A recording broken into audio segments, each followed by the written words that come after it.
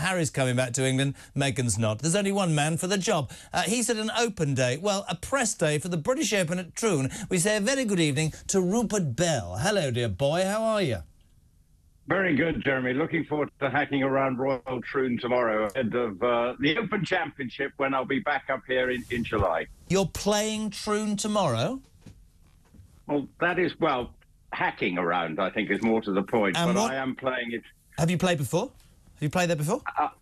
No, not here before. So I'm excited. I'm going to give you a bit of advice. There's a very world-famous hole that most people in golf will know is called the postage stamp at Troon. Is that true? Indeed. The 8th. Whatever you do, take one more club than you think you're going to take because the wind swirls by the flag. I'm just sharing it with you. Let's talk Royals. Right. Belly, let's talk Royals. Hazza is going to return to the UK in just over a week. This for a ceremony marking the 10th anniversary of the Invictus Games. Mike's not interested, but, I mean, listen, he annoys me so much anyway. But the Invictus Games will be the one bright spark. Amongst all the debacle and the PR disasters, the Invictus Games is probably one of the better things he's arranged and been part of. Would you agree with that? Brilliant. Have we lost him? Is he frozen? Basically what that is, he's actually got... He was on the golf course and he's fallen down the 8th. He's fallen down the hole. What's happened to him? Has he got to that age? I can keep talking. We go... Oh, Belly, what happened? Are you back?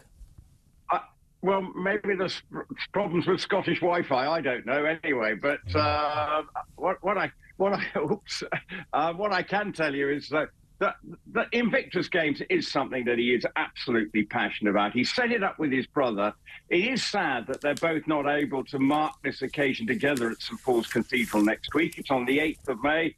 It will be a celebration of what has been a really positive thing, and throughout and over these 10 years. But, of course, increasingly, even the Invictus Games has sort of had to deal with some of the PR fallout of this. But fingers crossed, next week, I think Damian Lewis is going to be reading the Invictus poem.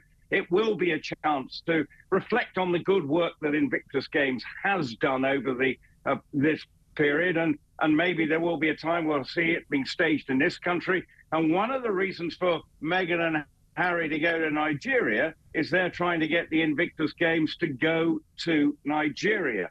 So that is one of the reasons for the, what people are saying, a quasi-royal visit, as Meghan goes to establish her, go back to her heritage, her ancestral home, as she announced some time ago that she discovered that she was 43% Nigerian. So that's the reason why she is going. And they are going to Nigeria, among other things. Is it true that, although he's coming back for the Invictus Games, is it true that she's not coming here at all? She's not coming here at all, we're led to believe. Shocking. And which is a shame, because also the other thing is Harry won't be coming until after his son's birthday, because you remember about the coronation, one of the things, the reason for the flying visit was so that he could get back, and as he said, so I could put my son to bed that very night as he flew back, or whatever day it was, so that he could still celebrate his 4th birthday as it was then. So it's his 5th birthday. It will be a flying visit. There may be some meetings. Will he see his father? Let's hope so, because it would be wrong, I think, if they can't somehow find time that he can actually go and see his father. He won't see William, I'm pretty sure, because at the moment that relationship is is pretty frozen out. That's not going to change at all. I'm quite interested in what Mike said as well, because as you know, I lived on the Long Walk for 10 years. Where's he going to stay? He's not staying at Frogmore Cottage.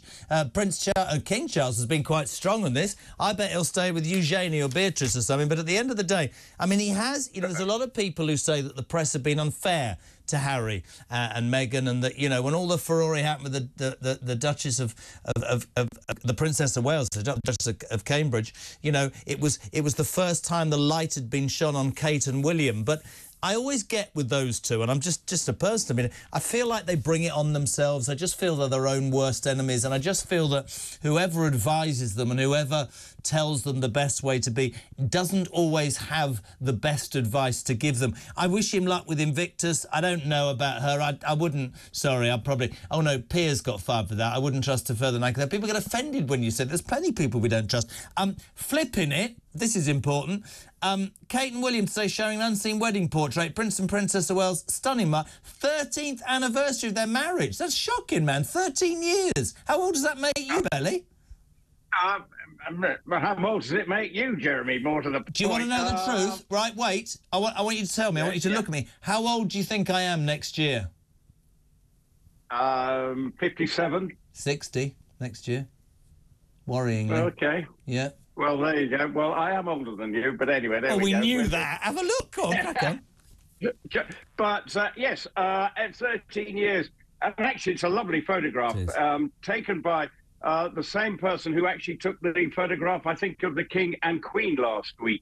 But I think when we know the backdrop of that, the 13th wedding anniversary, it's obviously, at the moment, something they're not really in a position to celebrate, because the main priority is the return of health of the Princess of Wales. And it is nice to see sort of happier times. And that was a splendid occasion that was enjoyed by many, as indeed was Harry and Meghan's wedding, enjoyed by many. But obviously, since then, the popularity stakes for the individual couples have gone in different directions in this country.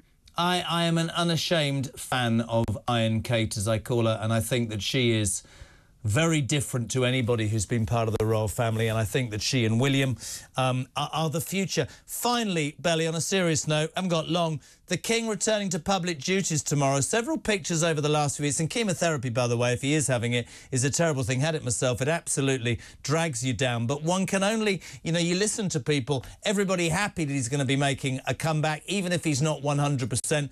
I mean, you know, I sound fervently royalist. I am. Good for the nation, right? Surely good for the nation.